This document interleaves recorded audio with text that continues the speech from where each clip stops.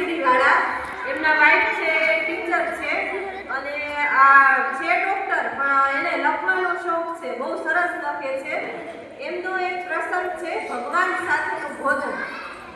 એક નાનકડું બાળક હોય છે, એ એની માતાને કહે છે કે મમ્મી આજે મને ટિફિન તૈયાર કરી દે, મારે આજે ભગવાન સાથે જમવાનું છે. એટલે એની મમ્મીને નવાઈ લાગે છે, એ કે ભગવાન સાથે જમીશ? તો એ કે હા.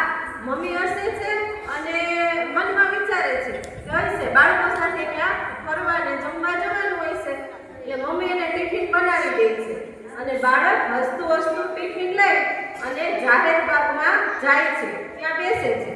હવે બીજી બાજુ એક વૃદ્ધ ભિખારી હોય છે, એ પણ ત્યાં આવે છે, ખૂબ જ ભૂખ્યો હોય છે.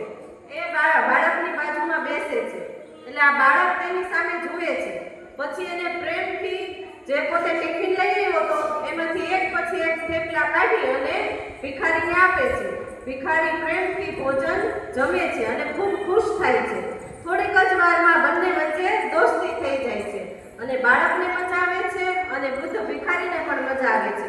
બાળક જતા જતા આ ભિખારીના ગાલ પર હાથ ફેરવતો જાય છે અને સરસ મજાનું સ્મિત કરી અને દોડી જાય છે.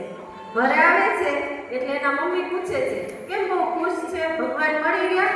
તો બાળક કે હા, ભગવાન મળ્યા ને. એટલે માતા સ્મિત સાથે અને આશ્ચર્ય સાથે પૂછે છે કેવા હતા ભગવાન?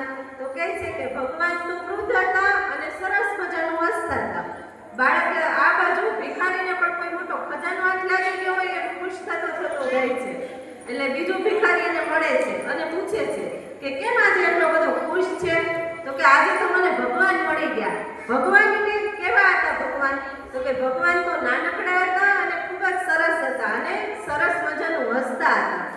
તો આપણને પણ દિવસમાં આવી રીતે કેટલી વાર ભગવાન મળતા હશે, ક્યારેક અને ક્યારેક તો આપણને ભગવાન મળતા જ હશે. તો શું આપણે ભગવાનને ઓળખીએ છીએ? ટૂંકમાં કહેવાનો મતલબ એટલો કે દિવસ દરમિયાન કોઈ પણ લાગણીથી ભરેલું નાનકડું કૃત્ય કે જે બીજાની ખુશી અપાવે તે પણ ભગવાનનું જ કાર્ય છે. અસ્તુ.